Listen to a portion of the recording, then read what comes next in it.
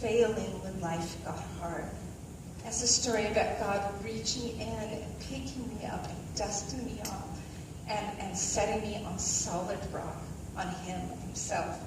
But some of you who are listening to my story right now are right in the middle of the hard part of your story.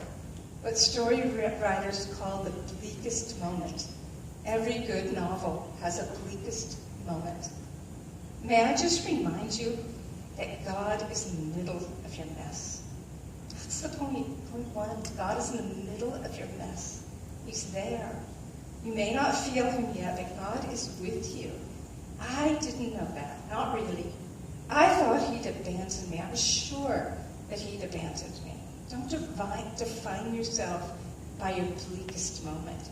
A lot of us get stuck there. Maybe most of us get stuck there. We write it on our name tag. That's not who you are. Erase it from your name tag, from your identity.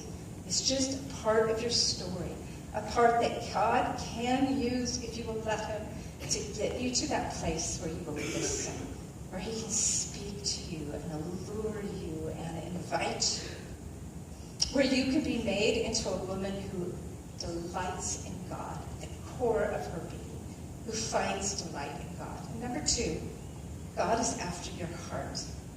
He's after your heart. He's not after your perfect obedience. He's not after your discipline, not doing everything right or being a good girl.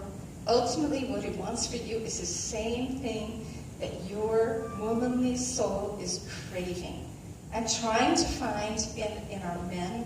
I'm married to probably the best possible husband. He's loving, he's godly, he's romantic, he adores me. He thought I was beautiful when I married him at 19. Can you believe that? 19. He thought I was beautiful when I was 9 months pregnant. He thinks I'm beautiful now with wrinkles and covered gray hair. I'm married to the best of men. He cannot satisfy me. He can't.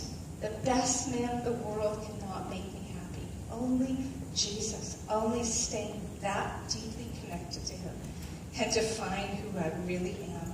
That connection that you were created for, that chases away loneliness, fills your chest so full of that elusive thing we call happiness, joy with wonder, delight, awe. That's what my story's about. Not about a deaf woman, not about my failure. And that's what your story is about. Ultimately, your story, what did I say at the beginning, is the story of God coming near, of him enticing you, inviting you, alluring you into intimacy.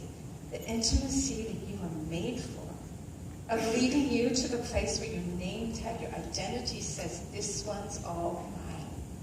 This one has found the satisfaction that she craved.